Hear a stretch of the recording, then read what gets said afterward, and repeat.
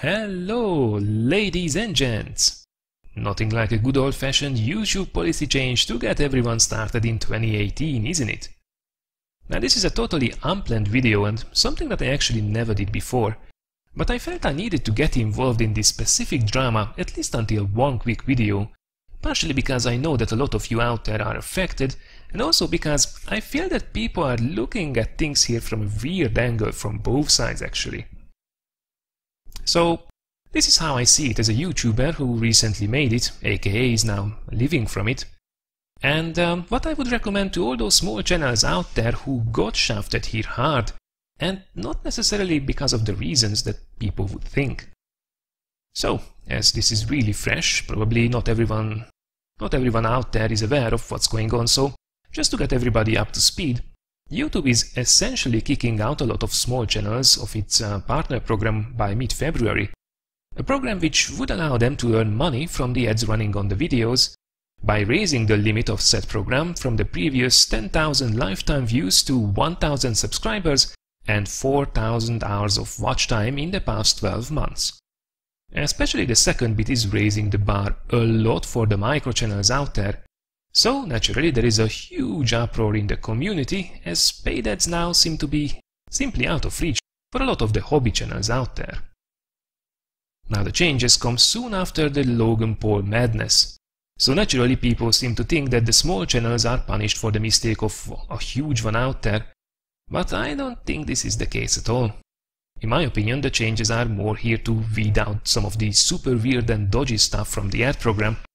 And the reason why they moved it to watch time from views is because, well, views are more easily manipulated, and anyway, watch time and engagement on the videos are anyway the most important indicators on YouTube these days.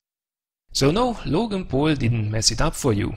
Now, he might have messed it up actually for some of the big channels though, as YouTube is now manually reviewing every channel and video in their VIP Google Preferred program, from where this idiot was kicked out from. The fact, by the way, that this didn't happen until now is slightly insane. Now, looking at the reactions, I did see comments from several large channels out there that this whole thing doesn't really matter because these small channels virtually didn't earn anything anyway. And while that's actually true, and I show you the insane YouTube reaches you could expect with these numbers in a second, it boggles really my mind why we are completely dismissing the pleas of the small channels here. Has it been really that long that we don't even remember anymore what those few cents, and I literally mean few cents, meant to us when we started out?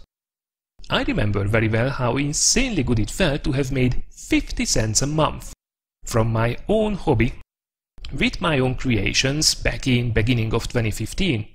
And that's the real point, isn't it? People are upset not really because of the loss of money, or at least they really shouldn't be, but because this is like a punch in the gut for all the small channels out there who put in their time and passion into it next to their actual job, family commitments and whatnot, working late into the evenings to get the content out there that probably not many people have watched. And earning a few cents or maybe a few bucks really just helps you keep on going forward, despite being it as an income completely irrelevant. And now YouTube just dismissed them, telling them that they are not good enough. It really hurts, it really smashes your secret dreams of maybe sometime in the distant future actually make it, even if in reality the door is still open at the end of the day. I think that potentially a lot of the small channels out there might just give up in frustration, which is really sad. And it could lead to a decreasing number of creative, interesting new stuff popping up on the platform overall.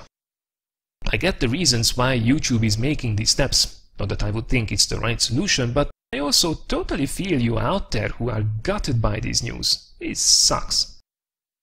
Now there are ways how to deal with this, and I'll give you a couple of suggestions very soon. But first, I wanted to really quickly show you the math as to why this isn't really about the monetary loss. So, let's count the millions you can expect with the increased entry bar of the AdSense program. So 4,000 hours of watch time equals 240,000 minutes of content watched. Now you have to achieve this within 12 months. Considering the considering an average video watch time of 5 minutes to make the calculations easier, which is a rough and usually generous estimate, you would reach the requirements after 48,000 views. Now typically only about a third of those would be actually monetized, but instead of counting the CPM, aka the revenue per thousand monetized impressions on those, I'll apply instead the multiplier for my own statistics, which would roughly give you 50 cents income per 1,000 total views for your channel. As you have to be aware, you will not benefit from the better paying stuff right away. You'll be scraping the bottom of the AdSense barrel. So that's 48,000 views with an average of 50 cents per 1,000 views, which will accumulate to the grand total of, drumroll please, $24 per year. Yep, that's exactly $2 a month. Which result we got with this rather generous calculation. And remember, this is actually when you did reach the bar to join the program. All the complaining channels out there would have made even less than that, more like $1 or less. So, and something else that's not often being mentioned here, there is actually a payout limit for YouTube partners, which is at a really high $100 at the moment. So these guys wouldn't even get that amount unless they partner with a network that doesn't have this payout limit, who, however, in return will take a further cut from their earnings. So no, this isn't about the money itself, or if it is, you are fooling yourself. Now, this might seem really rough, but this low income is actually good news in the sense that it will be easier to replace it. Because yes, you don't have to run your hobby channel with no positive financial feedback. I highly suggest small channels to check out Patreon-style crowdfunding, which is ideal for the small niche channels, and potentially a much better source of income than ads on YouTube, at least in the beginning. You only need one person to fund you with $1 a month, and bang! A lot of you are now flat out better off. Now naturally it will take time to grow this one too, but if you have a small but enthusiastic follower base, this should be your priority anyway before the ads. The other thing that you could do even parallel to crowdfunding is to come up with a t-shirt idea relevant to your channel and occasionally sell it to your audience. There is zero investment required from your side when using a service like Teespring, for example, and even selling a single t-shirt can easily net you $8 to $9 of profit. So there are actually ways out there to fund your passion. So don't get discouraged and don't underestimate how many people really enjoy what you create.